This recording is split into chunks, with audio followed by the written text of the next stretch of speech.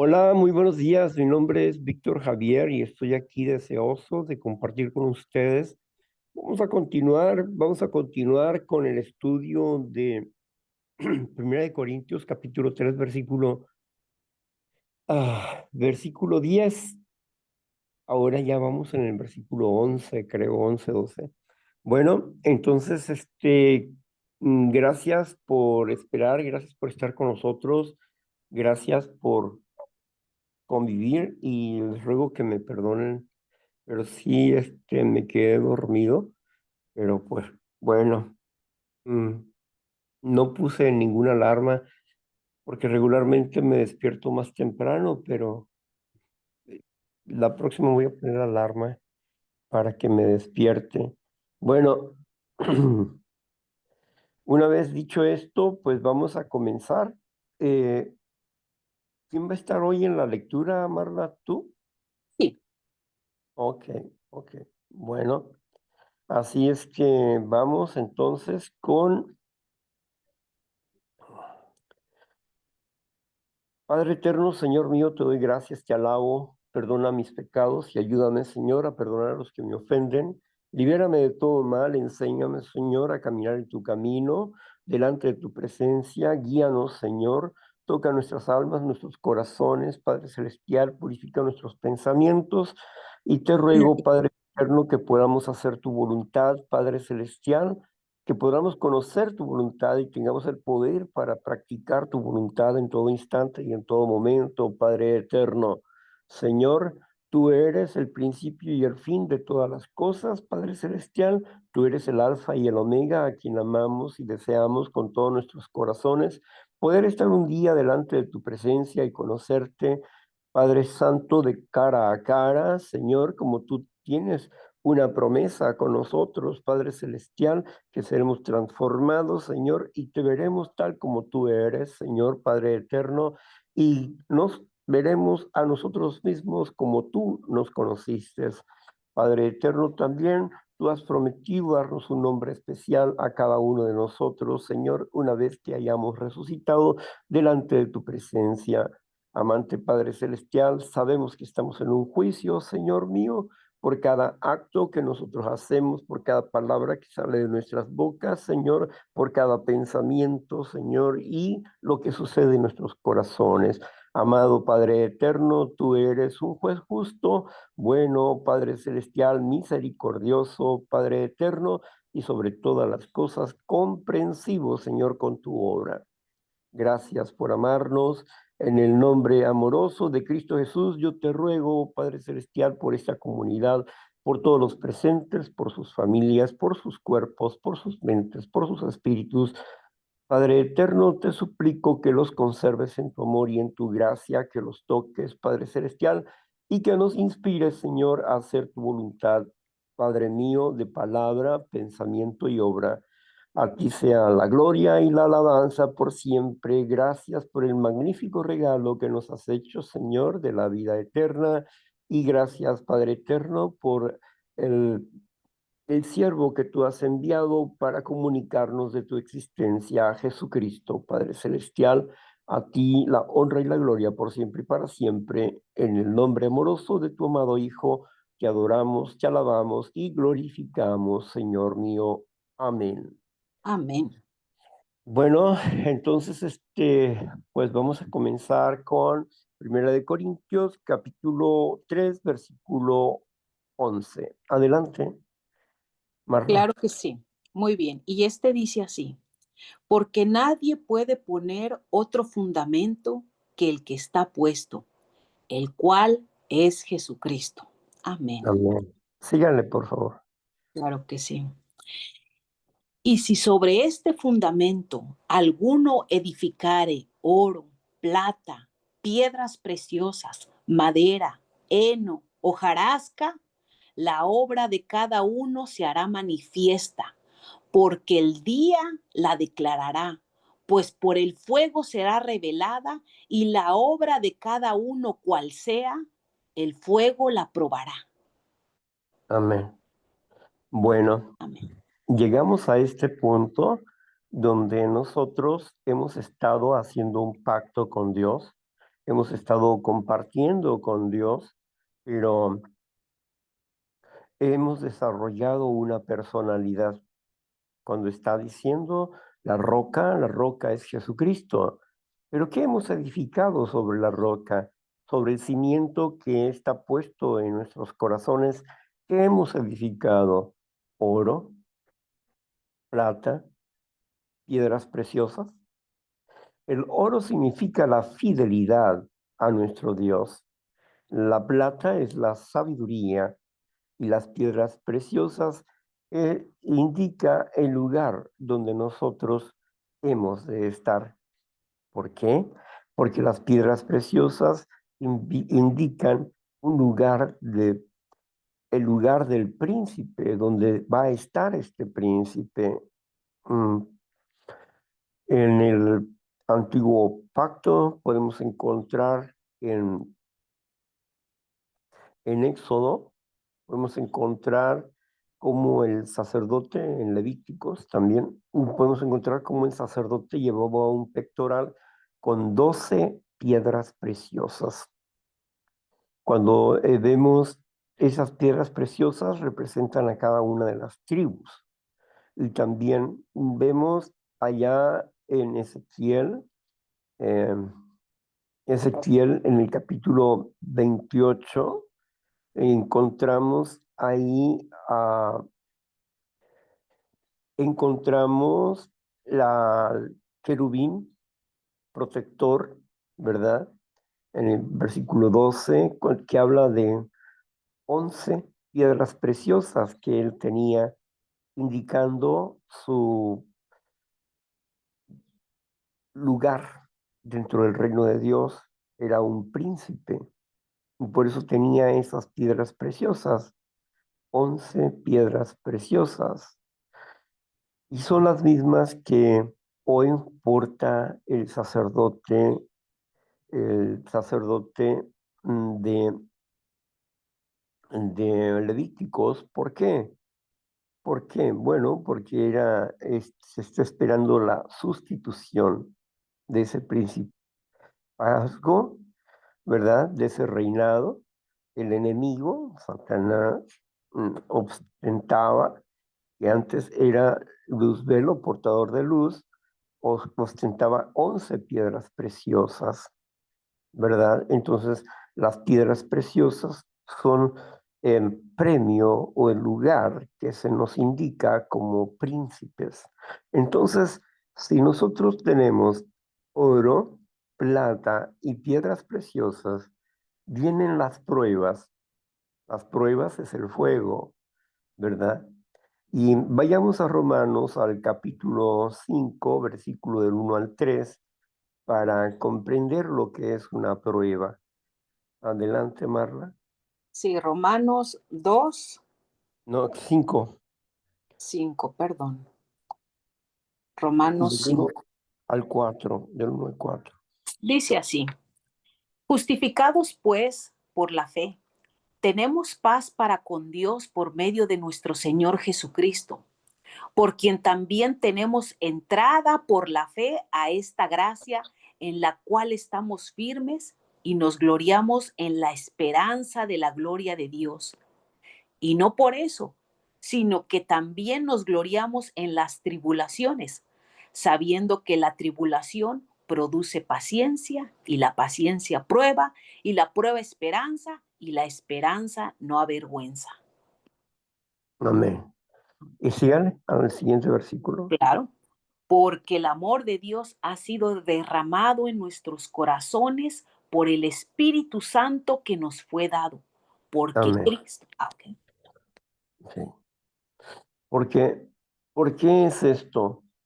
Bueno, dice que las tribulaciones producen paciencia, y la paciencia prueba, y la prueba no avergüenza.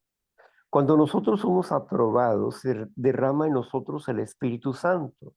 Es decir, cuando nosotros pasamos una prueba, ¿verdad? Es como un trabajo de manualidad que se hacía, donde se ponía una madera, se pegaba una foto, ¿verdad? Después de que se pegaba la foto, se le ponía resina. Y cuando se le ponía la resina, se secaba y ya eso quedaba permanentemente ahí. Asimismo, cuando está la tribulación, luego está la paciencia, que es la prueba, ser pacientes, esperar en Cristo Jesús, y luego con esto viene el Espíritu Santo que se derrama en nuestros corazones. ¿Por qué se derrama en nuestros corazones? Para fijar la obra, para fijar la obra. Entonces, es una actitud, es una nueva actitud de vida, es una recompensa permanente que Dios nos da en cuanto a un sello por el crecimiento que estamos logrando a través de vencer la tribulación con la paciencia. Por eso hemos sido justificados por la fe para con Dios. Nuestra fe nos justifica para con Dios, porque no vencemos en la lucha, sino que permitimos que Jesucristo pelee nuestras batallas en la paciencia. Y por eso en las tribulaciones cantamos y adoramos y alabamos a Dios porque esperamos en Él. Y es ahí cuando es derramado el Espíritu Santo, cuando somos aprobados por Cristo Jesús, es derramado el Espíritu Santo en nuestros corazones, limpiando nuestro corazón, perdonando nuestros pecados, afirmándonos en el crecimiento de nuestro carácter. Por eso la roca simboliza a Cristo, el oro fidelidad, la plata sabiduría y la joya preciosa nuestro principado. Cuando viene el fuego, nunca va a consumir estos metales, sino que serán purificados, pero nunca van a ser consumidos, porque estamos forjando un carácter delante de la presencia del eterno Dios como hijos de Dios. Pero aquel que ha sido débil en el carácter y no ha sabido soportar la prueba adecuadamente y ha puesto madera, ha construido con madera, con hojarasca, ha construido con materiales perecederos. Cuando venga la prueba, sufrirá una gran pérdida, porque entonces todo su carácter se quema y no hay nada sobre la roca. Cuando viene la tribulación, la persona se rompe, se quiebra y es infiel y todo no está ahí. ¿Se acuerdan ustedes del cuento de los tres cochinitos? Uno construyó con paja, otro construyó con madera, pero práctico construyó con blocks, con ladrillos, su casa. Y vino el lobo y primeramente destruyó la casa de paja y el cerdito corrió con el de la madera y luego destruyó a la casa de madera. Y luego corrieron a la casa de Práctico. Y cuando estaban en la casa de Práctico, sopló y sopló, pero jamás pudo derribarla. Asimismo, lo que se construye con madera y hojarasca, ¿verdad? Con estos artículos perecederos, viene la prueba y todo se quema. Pero el que hace una buena construcción con plata, con oro, fidelidad, con inteligencia, con sabiduría, y es en sí una joya de la corona del Señor. Entonces, ¿qué somos nosotros? ¿Cómo estamos construyendo? La vez pasada estuvimos hablando acerca de que Pablo nos enseñó de que uno pone el cimiento, que es la roca, que es Cristo Jesús. Pero cada uno vea cómo sobreedifica. Vendrán otros a edificar sobre nosotros, pero cada uno de nosotros tiene que valorar la edificación y cada uno vea cómo sobreedifica. ¿Y de qué está hablando? Está hablando de la nueva personalidad, está hablando del carácter. Pero, ¿qué va a suceder si se me quema la obra, si he sido débil, si no he sido lo suficientemente fiel, si no tengo la suficiente sabiduría para tener sano juicio, si no he logrado ser una joya delante de la presencia del Señor? ¿Qué va a suceder conmigo? Leamos los siguientes versículos. Dice así: si permaneciere la obra de alguno que sobreedificó, recibirá la recompensa. Ahí es el 14. ¿Quiere que continúe? Sí. Si la obra de alguno se quemare, él sufrirá pérdida. Si bien él mismo será salvo, aunque así como por fuego. ¿No sabéis que sois templo de Dios y que el Espíritu de Dios mora en vosotros? Si alguno destruye el templo de Dios, Dios Dios lo le destruirá. destruirá a él. Uh-huh. Amén. Este, aquí podemos ver, por ejemplo, que nos habla de que otra vez nos dice, miren cómo cada uno sobreedifica. Nosotros necesitamos ver la obra de Dios en nosotros. Y no está diciendo que Dios está edificando sobre nosotros, sino que nosotros estamos edificando. Mire cada uno de ustedes cómo sobreedifica la obra. Si la obra, una vez que es probada, ¿verdad? Permanece, recibirán premio.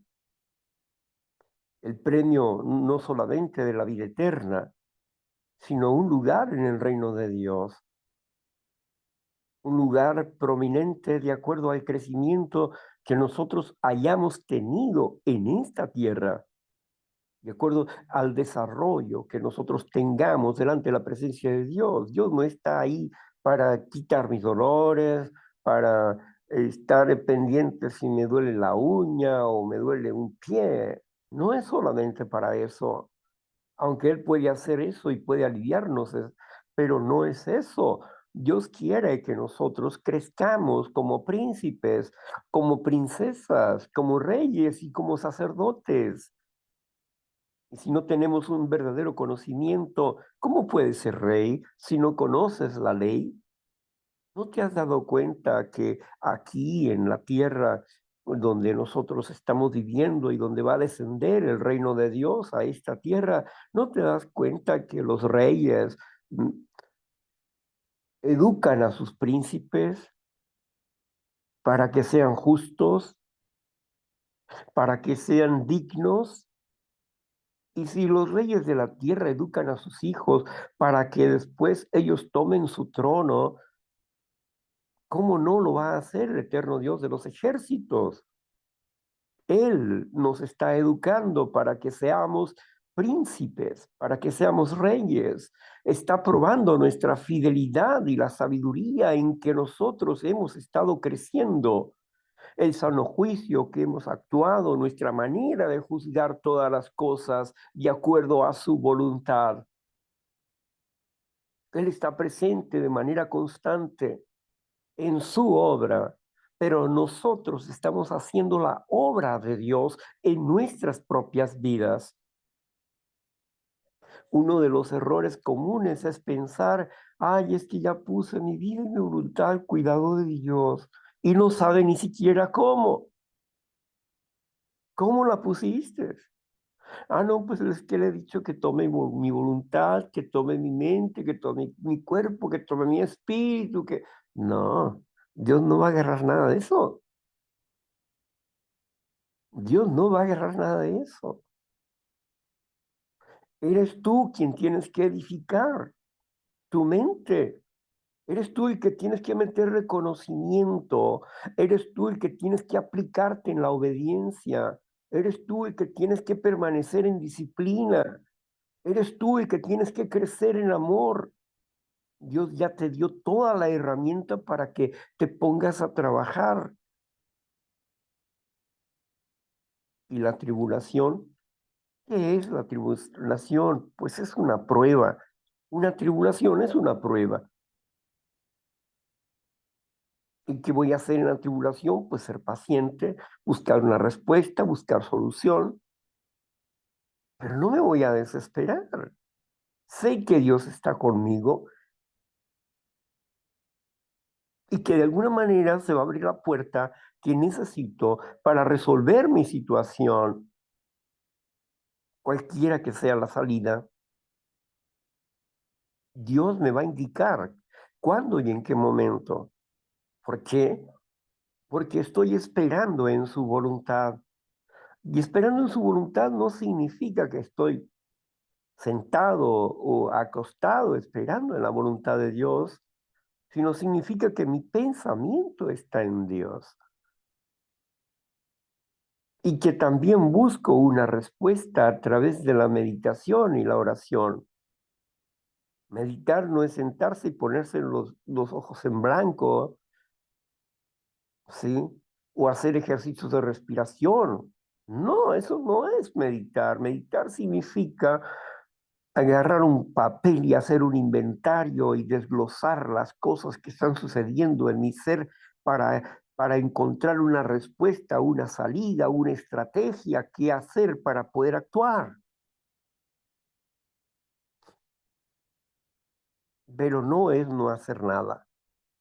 Poner la voluntad en manos de Dios no significa no hacer nada, sino obediencia quiero y no sacrificio, dice el Señor. Obediencia quiero y no sacrificio. Dios quiere un pueblo sabio porque el pueblo se perdió por falta de conocimiento de Dios. Y un pueblo sin profecía desaparece, porque la profecía es la esperanza que nosotros tenemos,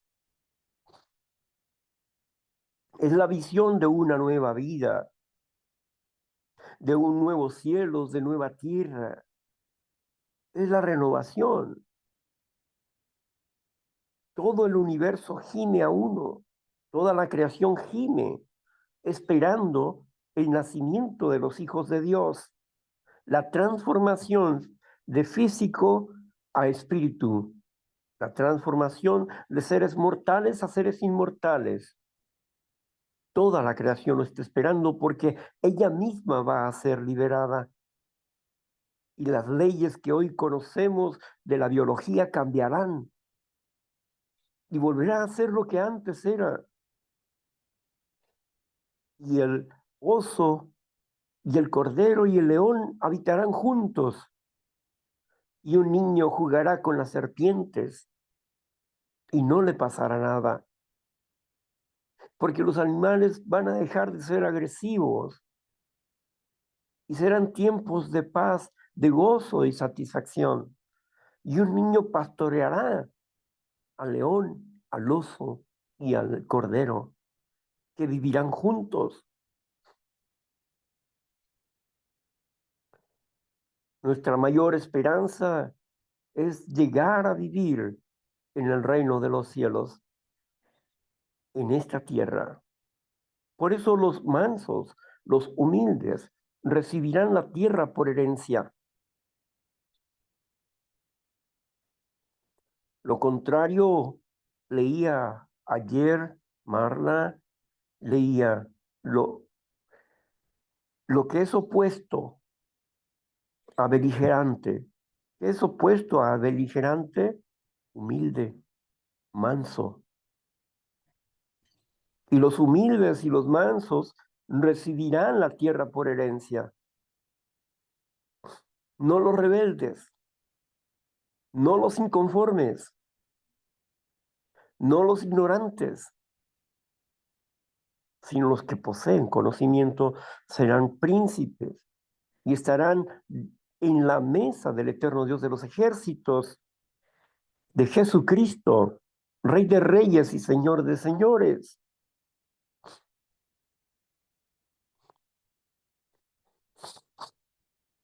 Queremos entrar al reino de Dios, ¿no es cierto?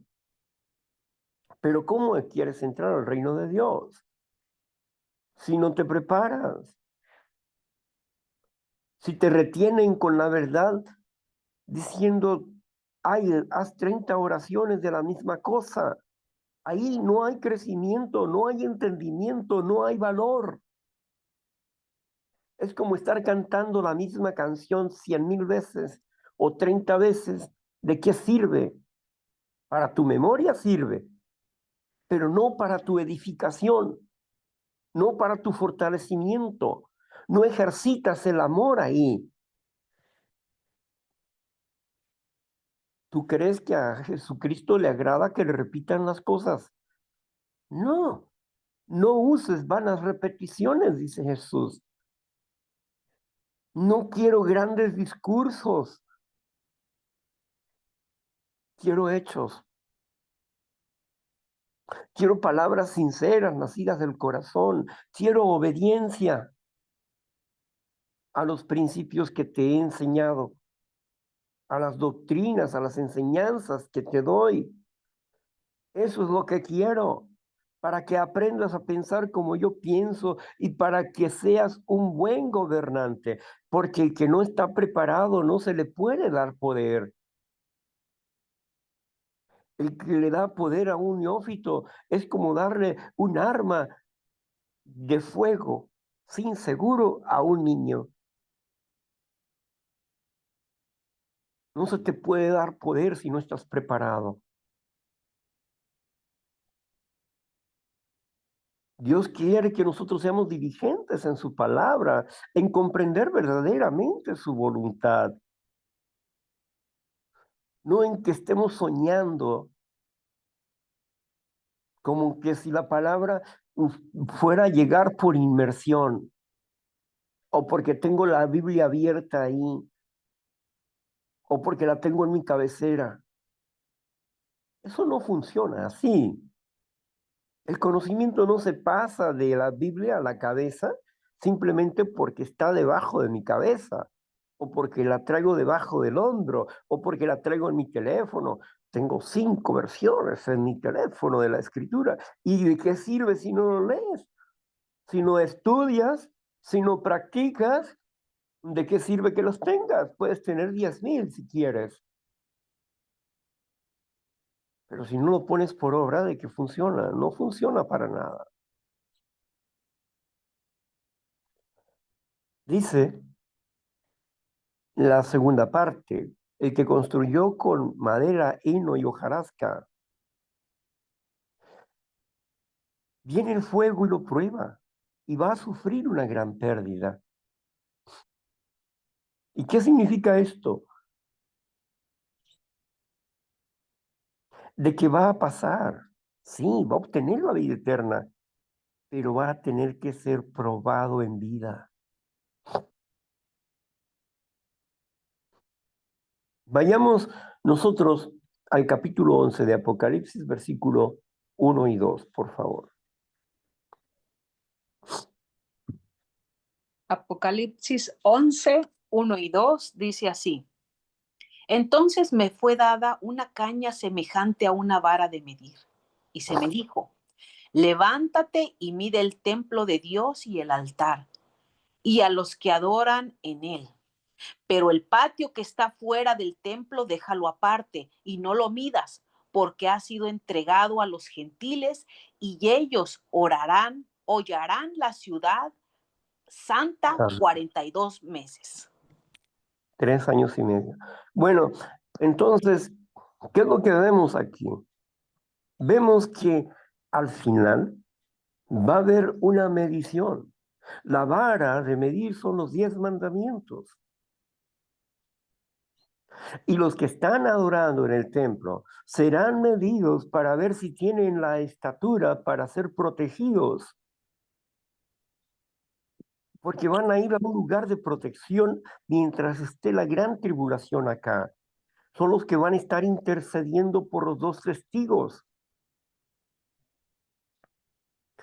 3 años y medio es el ministerio de estos dos que van a estar predicando a nivel mundial. 3 años y medio. Y 3 años y medio va a estar refugiada la congregación, escondida en un lugar donde no puede ser tocada. Pero aquellos que no se hallaron aptos para estar, no crecieron, no lograron la estatura del entendimiento, del conocimiento, de la sabiduría de Dios, estos están en el patio, no han logrado entrar al lugar santísimo, están en el patio, en el lugar santo, en el patio. Pero el patio, dice, ahí déjalos, van a ser pisoteados por las naciones, es decir, van a ser muertos, decapitados, y tendrán que sufrir esa prueba, y tendrán que probar su fidelidad a Dios, su amor a Dios, y serán mártires, los últimos mártires. Por eso el apóstol Juan dice, y vi a los decapitados. Vi a los decapitados que salieron de la gran tribulación, dice. No a los que decapitaron en todos los años y eso, no. A los que salieron de la gran tribulación. Y decían, ¿hasta cuándo vengarás nuestra sangre? Y la voz divina decía, duérmanse por otro poco de tiempo, hasta que cumpla el número de sus hermanos. Dios tiene un número específico, pero no son 144,000, son muchos, millones y millones de personas. Pero Él tiene el número específico en su mente. Los 144,000 son el séquito principal de Dios. Pero son millones de personas los que necesitan para sostener al reino de Dios alrededor de la tierra, para gobernar a todas las naciones. Y millones que van a entrar resucitados en carne y hueso como súbditos del reino, para ser instruidos, para ser enseñados por nosotros acerca de las buenas noticias del reino de Dios. Y habrá solamente un idioma.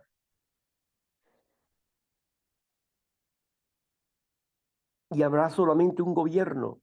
Y no se predicará otro mensaje más que el del Señor Jesucristo. Ya no habrá confusión religiosa. El milenio. Se establece el reino de Dios. Porque son 1000 años, que son 1000 años de prueba para la humanidad que no conoció a Dios. La humanidad que no fue llamada en este tiempo, que no fue elegida en este tiempo. Dios en su gran misericordia les hará llegar el mensaje y por eso les dará vida, para que tengan su oportunidad de arrepentirse y de llegar a ser hijos de Dios. Así que Dios quiere que nosotros estudiemos y avancemos en fidelidad y en el conocimiento. Crezcan en gracia y conocimiento, dice Primera de Pedro, capítulo 3, versículo 18. Crezcan en gracia y conocimiento. ¿Gracia qué significa gracia? La gracia es crecer en amor a Dios y conocimiento. La verdad de Dios en nuestras vidas no es mi verdad, es la verdad de Dios en mi propia vida. Deseamos poner nuestras vidas y nuestras voluntades al cuidado de Dios. Me parece bonito. Pero ¿cómo puedo hacerlo exactamente? El 11º paso tiene la respuesta en su encabezado. Le buscamos todos los días a través de meditar, de pensar en las cosas de Dios, en lo que Él dice y cómo Él hace las cosas y cómo yo tengo que hacer las cosas aquí y ahora. Buscamos soluciones en base a la sabiduría de Dios. No ponemos los ojos en blancos y nos quedamos derrumbados. No. Más allá de la salud física, buscamos la salud espiritual, la fortaleza espiritual.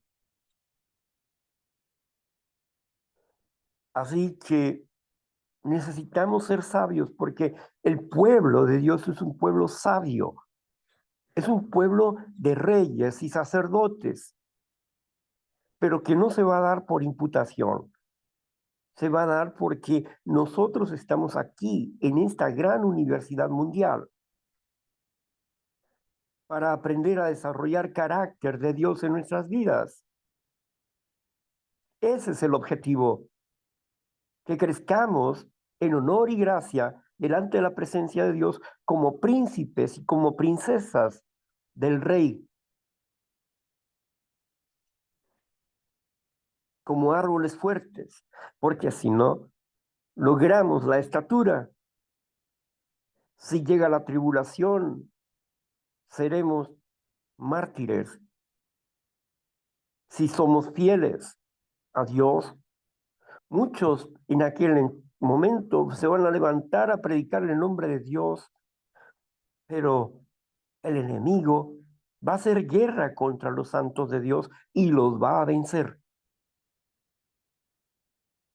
Los va a vencer, porque ellos no pudieron crecer conforme a la voluntad de Dios y tienen que sufrir una persecución y una prueba para poder llegar a tener la vida eterna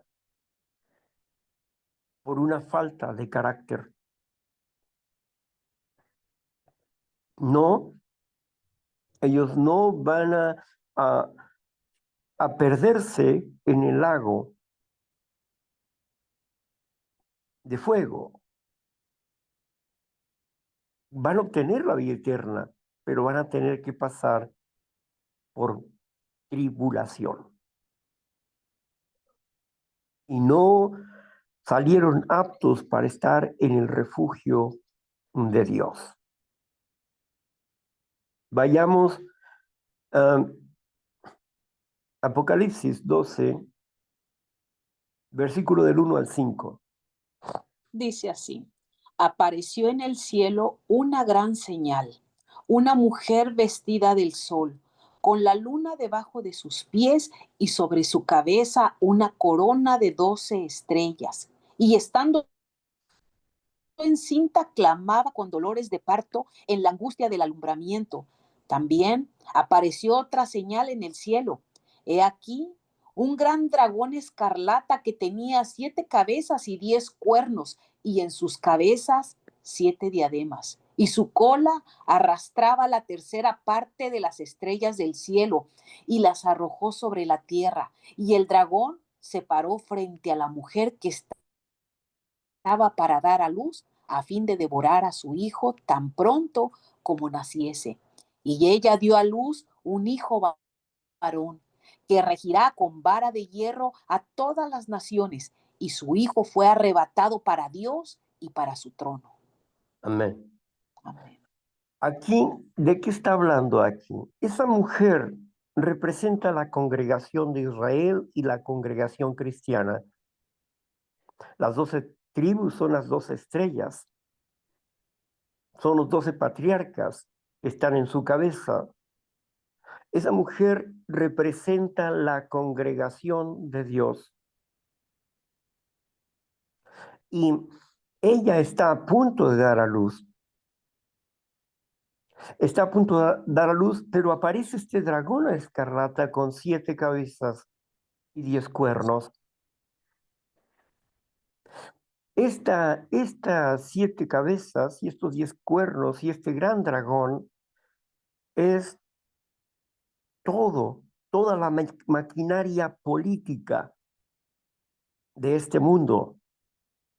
Las 7 cabezas son 7 resurrecciones de Roma, del Imperio Romano. Son 7 resurrecciones. Llevamos 6 resurrecciones, falta una última resurrección de Roma.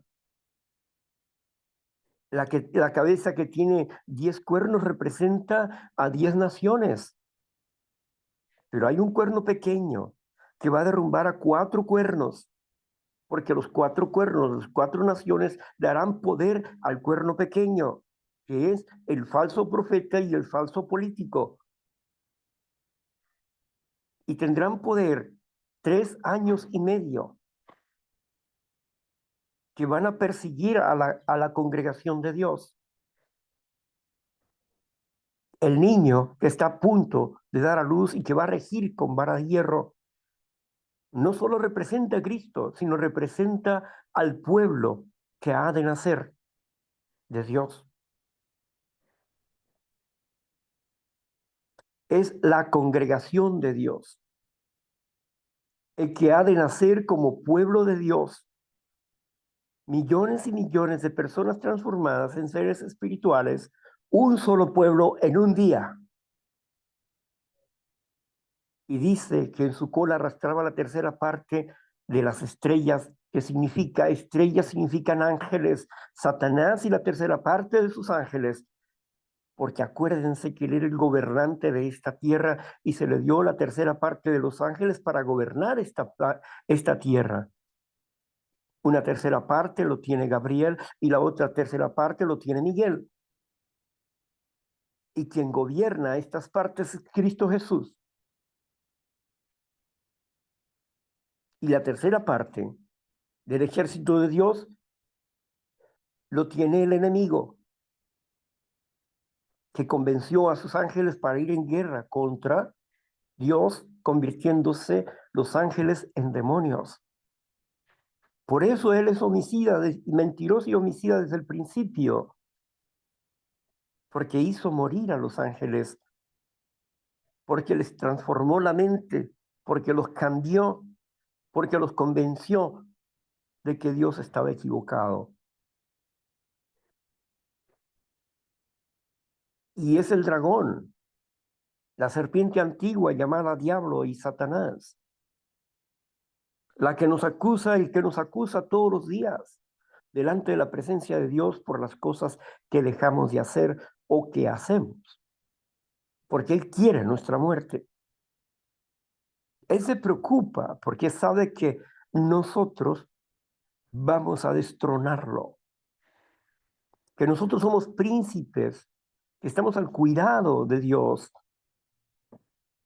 que Dios nos cuida como joyas preciosas, somos su tesoro, el tesoro del Dios Altísimo, somos hijos del Dios Altísimo.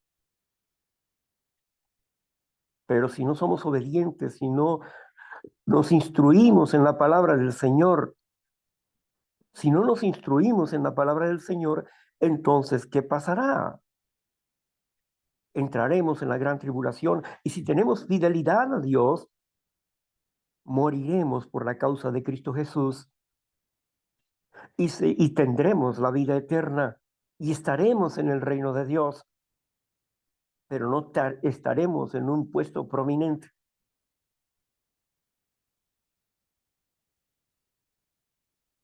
Cuando la Escritura habla y dice, me voy, Dios, y les prepararé un lugar, porque en la casa de mi Padre muchas moradas hay. Si no fuera así, yo se los hubiera dicho. ¿De qué estaba hablando Jesucristo? ¿Acaso era una casa como la que nosotros conocemos? No. Moradas. Las moradas son referencias al templo. El templo es una réplica de la Gran Jerusalén.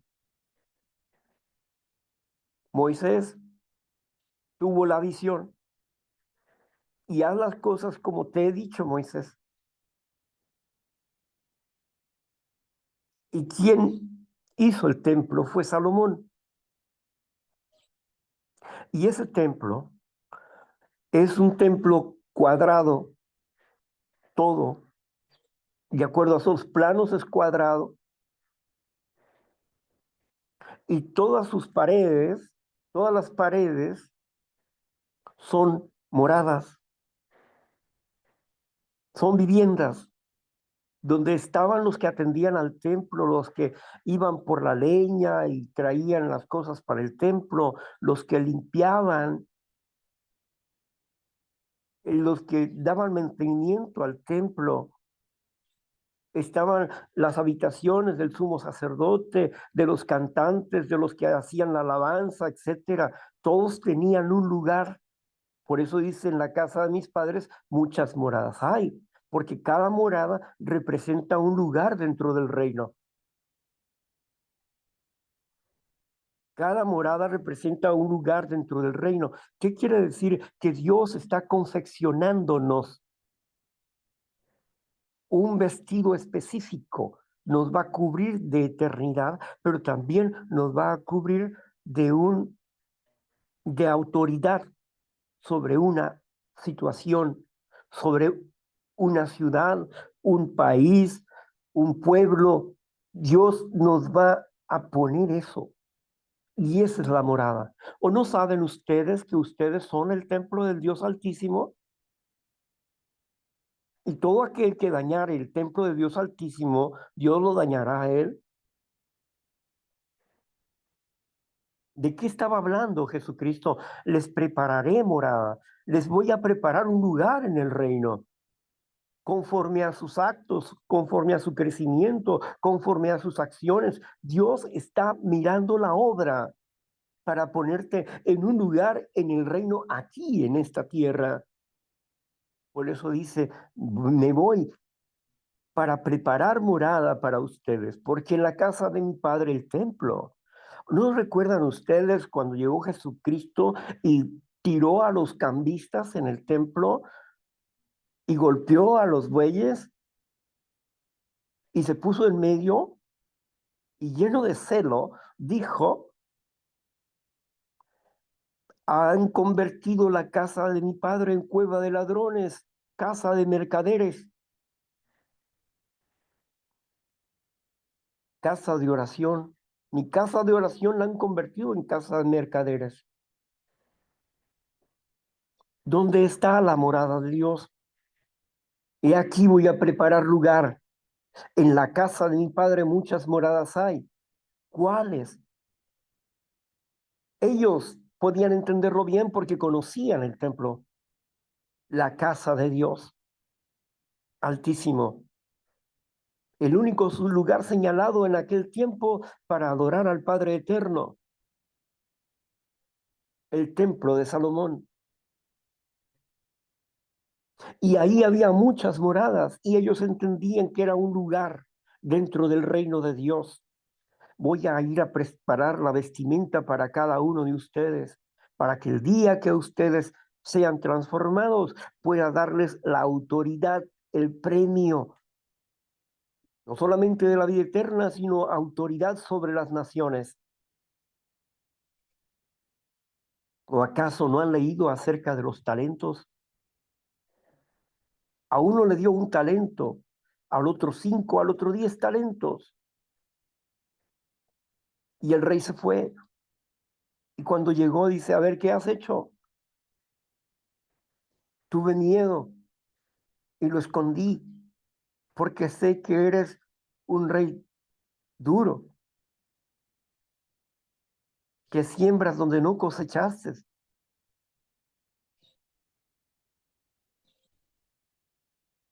¿Y por qué no lo entregaste a los bancos para que por lo menos tuviera algo de ganancia?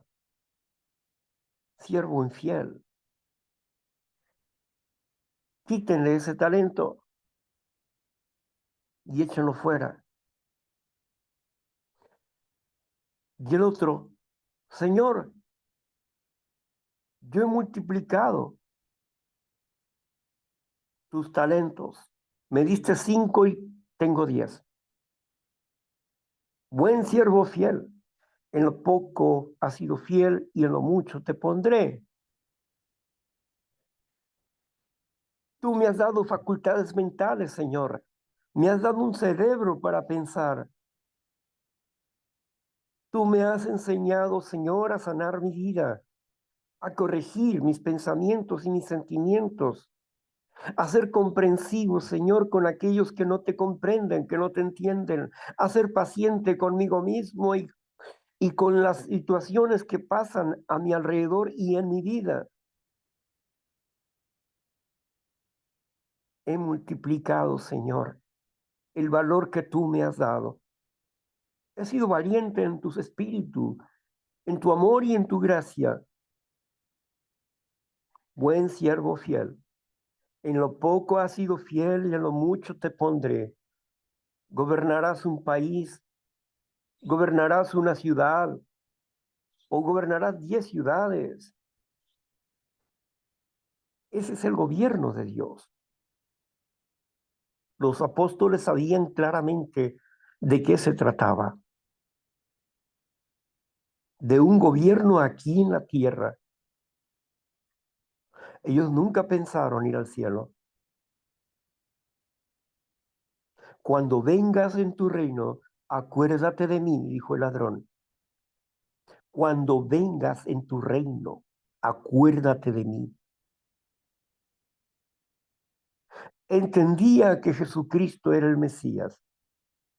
Comprendía la predicación del Mesías, pero era ladrón.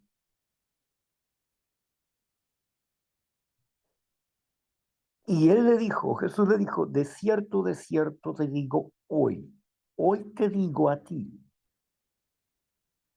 estarás conmigo en el milenio, estarás conmigo en el paraíso, resucitarás en el milenio. Es lo que le prometió Dios. El Señor Jesucristo le prometió, resucitarás en el milenio, como todos aquellos que no le conocieron, porque estaban cegados por el enemigo y no habían sido, no, no habían sido elegidos. Y eso le prometió. No le dijo que inmediatamente se iba a ir al paraíso celestial. No dijo así.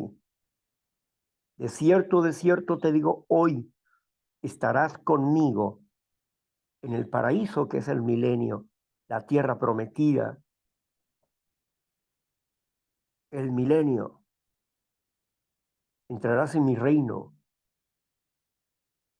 Acuérdate de mí cuando vengas, dice. No dice, Señor, ¿me abres la puerta cuando llegue allá? No dijo así. Dice, acuérdate de mí cuando vengas en tu reino. La palabra del Señor es maravillosa y es sencilla de comprender, pero la han distorsionado mucho porque no la comprenden.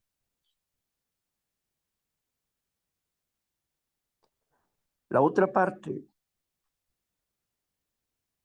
que nos dice ahí que debemos de cuidar el templo, nuestro cuerpo, nuestra mente. Debemos de cuidarnos y por eso nos dio una armadura para cuidarnos. ¿Quiénes estarán dispuestos a hacer la voluntad del Altísimo?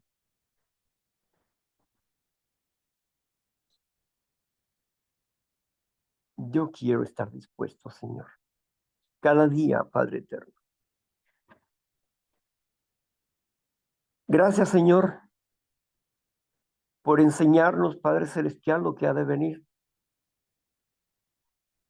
Gracias, Padre Celestial, por tu amor inefable, por la guianza y la crianza tuya.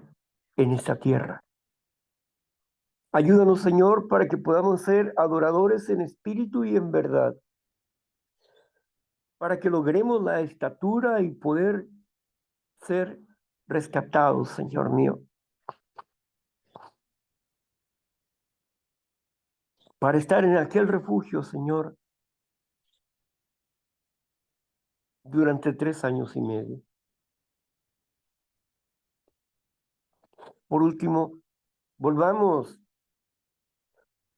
a Apocalipsis capítulo 12, del versículo 5 en adelante.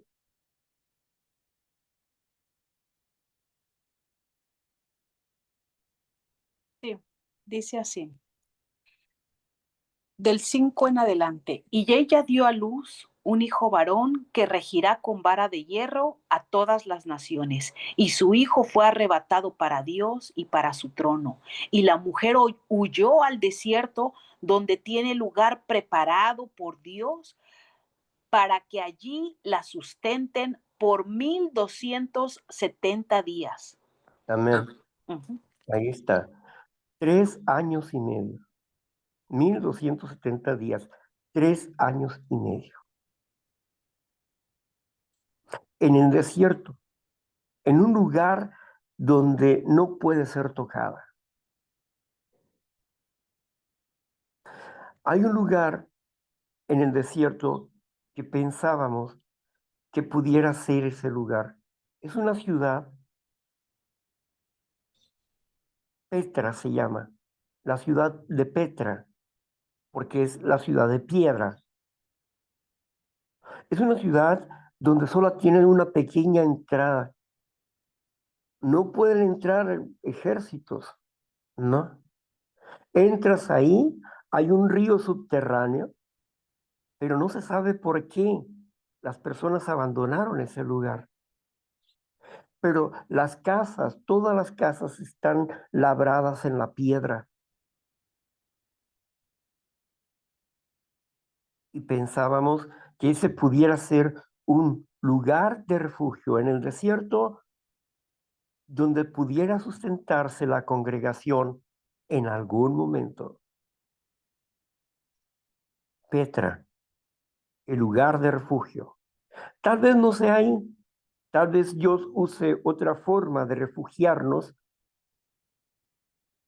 pero la idea está ahí, de que aquellos que han crecido conforme a la estatura serán ellos en la gran tribulación los que estarán intercediendo por los 2 testigos que estarán predicando a las naciones y derramando las plagas sobre las naciones, como lo hizo Moisés con Egipto. Y hablarán al mundo del verdadero evangelio y tratarán de matarlos, pero no podrán. Todo aquel que intente matarlo morirá con su propia arma. Hasta que se cumpla su ministerio, los matarán. Y estarán 3 días tirados en la plaza. Y al tercer día se oirá una voz del cielo que dice: levántate, vengan acá. Y aquellos 2 predicadores se levantarán y subirán hacia el cielo. Es la llegada del Señor Jesucristo, porque están siendo transformados los seres humanos en un abrir y cerrar de ojo y están resucitando los muertos a la voz de Cristo Jesús. Es la llegada del Señor Jesucristo que pondrá en paz a todas las naciones, y las naciones harán guerra contra él, pero no podrán. Es la gran tribulación, es el Armagedón. Entonces, ¿estamos preparados para ese tiempo? Hemos crecido en gracia y conocimiento, como dice el apóstol Pedro. hemos puesto atención a nuestro cuerpo y a nuestra mente y a nuestro espíritu, debemos ejercitarnos en el amor a Dios y en el amor a nosotros mismos como amor al prójimo. Debemos ejercitarnos en la unidad del cuerpo, perdonándonos unos a otros, amándonos y tolerándonos en nuestras diferencias y siendo fuertes en fe, en la presencia del Espíritu, porque somos el templo del Dios Altísimo, porque Él está dando formación a nuestras vidas y porque nos tiene preparado un cuerpo especial de acuerdo a nuestro crecimiento, una morada. Dejaremos esta morada de carne para tener una morada, un templo eterno y espiritual. ¿Recuerdan ustedes lo que dice el apóstol Pablo en 1 Corintios capítulo 15, versículo 25? Vayamos ahí, por favor.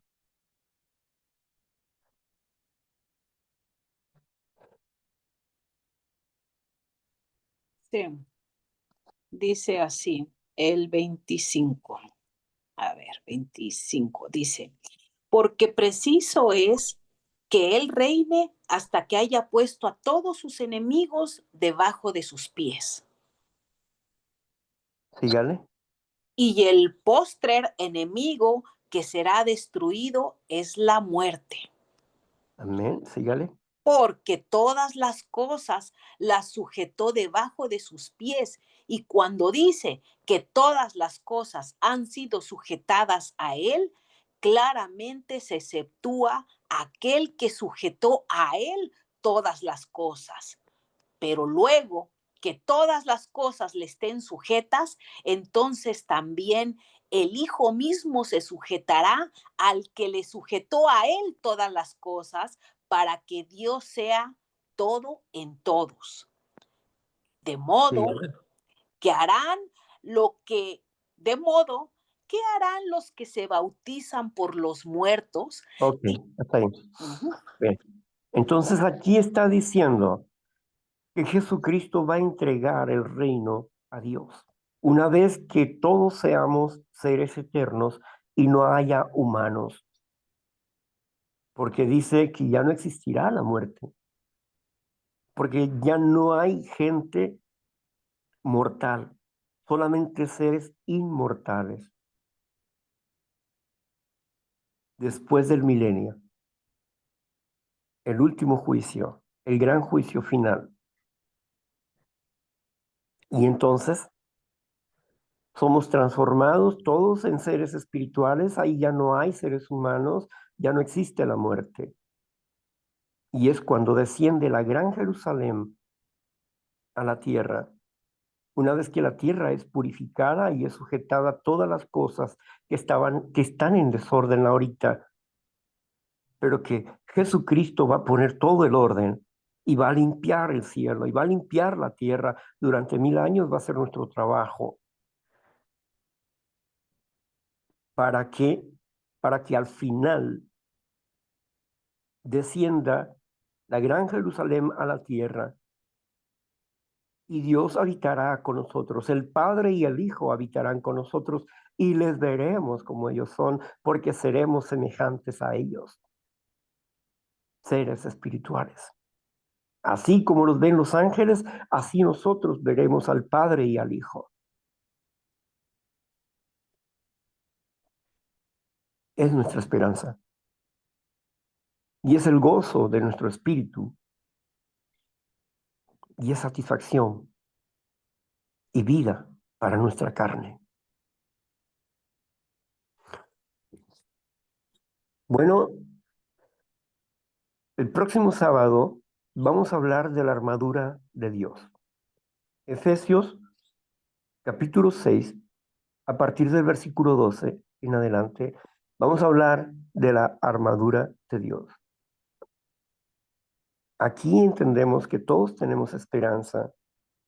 No importa el crecimiento que tengamos, si tenemos fe en Dios, si tenemos la roca en nosotros, pero algunos tendrán que sufrir una gran tribulación por la falta de carácter espiritual. Pero aún así recibirán la vida eterna. ¿No son buenas noticias al final? Yo creo que sí. Pasar de perdida, decía alguien, por lo menos de panzazo, ¿no? Ándele pues, de panzazo. Gracias, Señor, por este momento de meditación que nos has dado, por este regalo en esta mañana. Te ruego que bendigas a los oyentes, Señor, y que bendigas, Padre Celestial, con tu amor y tu gracia a nuestro espíritu. Perdónanos, Señor, y enséñanos a caminar en tus mandamientos. A ti sea la honra y la gloria por siempre. En el nombre amoroso de Cristo Jesús. Amén. Bueno, pues hasta aquí llegamos. Vamos a cerrar aquí la grabación para que ustedes tengan la oportunidad de platicarnos o preguntarnos. 10 minutos por cada quien. Adelante.